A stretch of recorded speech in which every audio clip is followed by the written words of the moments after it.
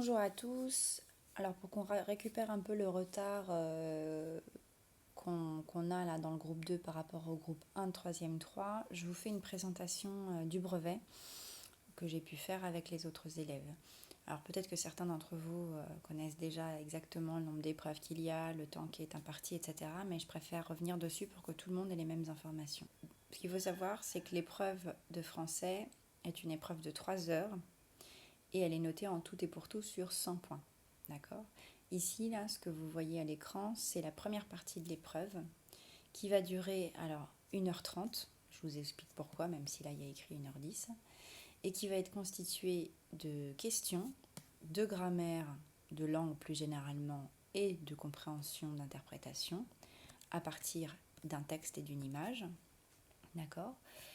Le tout, donc, ces questions-là vont être notées sur 50 points. Puis toujours dans cette même première partie, une dictée qui va durer 20 minutes. Donc c'est pour ça, si vous calculez 1h10 de questions plus 20 minutes de dictée, ça fait bien 1h30 d'épreuve. Cette dictée va être notée sur 10 points, ce qui fera donc cette première partie finalement à 60 points. Et puis après une pause qui correspond à peu près à une récréation, vous allez replancher pendant 1h30 pour faire cette fois un sujet de rédaction. Je dis un sujet, mais en fait il y en a plusieurs. Il y a 2 sujets de rédaction qui auront toujours le même intitulé, un sujet d'imagination et un sujet de réflexion. Alors je reviens un petit peu plus précisément sur les 2 parties de l'épreuve. Concernant les questions, alors qu'on regarde d'un petit peu plus près, vous avez donc un texte d'une 30aine de lignes et une image, ce sera toujours présenté comme ça. Et puis ensuite, donc des questions de grammaire et des questions de compréhension. Les questions de grammaire sont en général un peu moins coefficientées que les questions de compréhension. Là, ici, c'est assez important, la différence, puisque vous avez 18 points accordés à la grammaire et 32 points à la compréhension et l'interprétation. Or, vous avez 1h10 pour tout faire. Donc, on estime que pour la grammaire, vous devez y passer une vingtaine de minutes. On va dire 25, mais au-delà de 25 minutes, c'est trop. Tout simplement parce que il vous faut absolument vous garder le reste du temps pour bien développer vos questions de compréhension et d'interprétation. Notamment à partir de 4 points là, et finalement si vous regardez ça concerne beaucoup de questions. 6 points, je n'en parle même pas, ce sont des réponses développées qui suivent une méthodologie. C'est vraiment ça qu'on attend de vous. Donc on va être sévère si vous n'êtes pas précis dans vos réponses et puis du coup vous allez perdre plein de points. Alors, pour revenir aux questions de grammaire, l'évaluation diagnostique que j'ai corrigée me montre que vous n'avez pas du tout, de manière en tout cas très certaine, les acquis qui sont les prérequis, si vous voulez, de début de 3e, à savoir les classes grammaticales. Regardez, c'est la première question qui vous est posée, elle concerne les fonctions, et la question suivante concerne la nature, la classe grammaticale de mots que vous aurez relevés. Donc ce sont vraiment des notions de base que vous connaissez normalement depuis la 6e, puis bien sûr après vous avez travaillé sur d'autres natures et d'autres fonctions, mais là en 3e, normalement vous devez connaître beaucoup de choses. Or là on voit qu'en début de 3e, vous avez oublié beaucoup de choses. C'est pour ça qu'on va commencer par ça. Travailler sur les classes grammaticales et faire un peu d'analyse logique pour que tout ça revienne et que vous puissiez avoir des réflexes. Parce que pour faire ça en 20 minutes, on est bien d'accord qu'il faut connaître parfaitement la grammaire. Ensuite, regardez la question 2. Donc il y a 5 questions de grammaire dans ce sujet-là.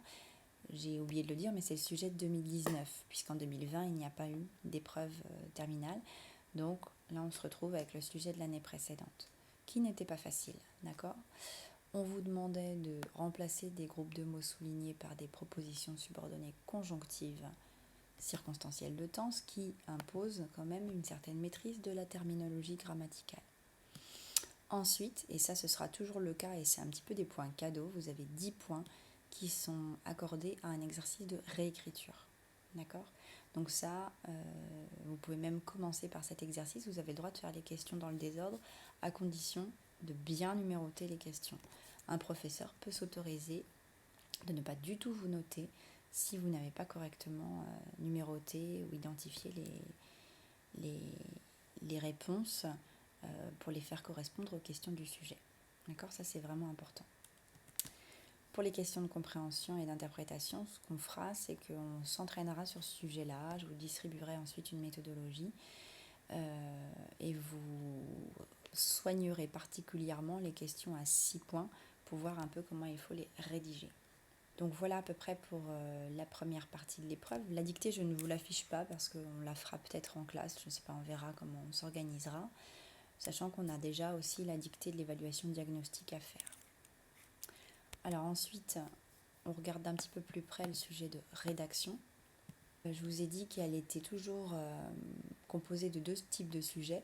Le sujet d'imagination, en gros c'est ce qui correspond à tous les sujets que vous avez pu faire jusque-là, et le sujet de réflexion, qu'on travaille parfois en 4e quand on a le temps, mais bon là avec l'année dernière et le contexte qu'on a eu, je doute que beaucoup d'élèves aient travaillé sur ce sujet de réflexion. Le sujet d'imagination, là, on vous demande par exemple, à partir de la photographie qu'on vient de voir, de raconter comment le jeu permet aux enfants de s'évader dans un quotidien difficile, parce qu'on a un contexte, si vous regardez de près le sujet, vous vous en rendrez compte, un contexte de guerre.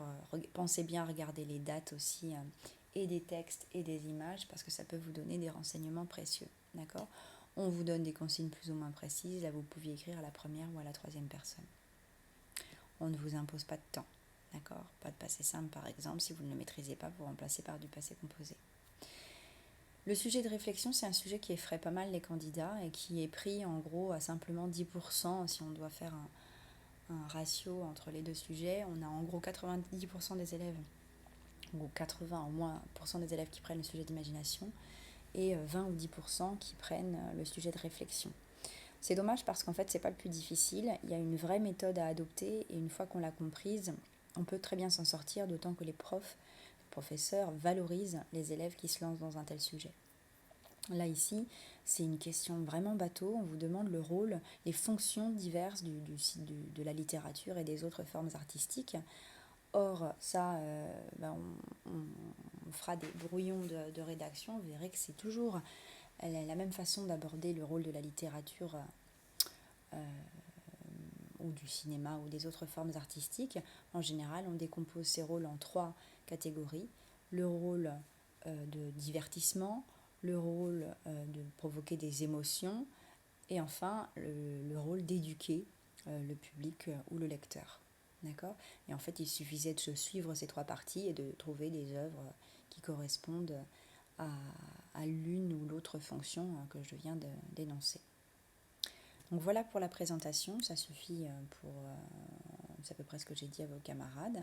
Et ce que je vous propose du coup, c'est déjà comme je ne sais pas trop quand on va se retrouver là, de vous lancer dans les questions par exemple de grammaire. Je vais vous donner aussi une fiche sur les classes grammaticales que vous allez pouvoir compléter pour essayer de faire remonter en fait quelques souvenirs, et puis vous allez essayer de me faire les questions de grammaire du sujet. D'accord ? N'hésitez pas à vous aider d'internet. Alors n'allez pas chercher les réponses, ça ne sert à rien, vous n'allez pas vous entraîner, mais allez chercher des cours, notamment pour vous rappeler ce que c'est qu'une proposition subordonnée. Je vous mettrai également un lien vers une vidéo que j'ai faite l'année dernière pour mes 4e qui les avait bien aidés pour analyser les propositions subordonnées. Ça pourra vous aider aussi. Je vous remercie d'avoir écouté et d'avoir regardé cette vidéo, puis je vous dis à bientôt, j'espère.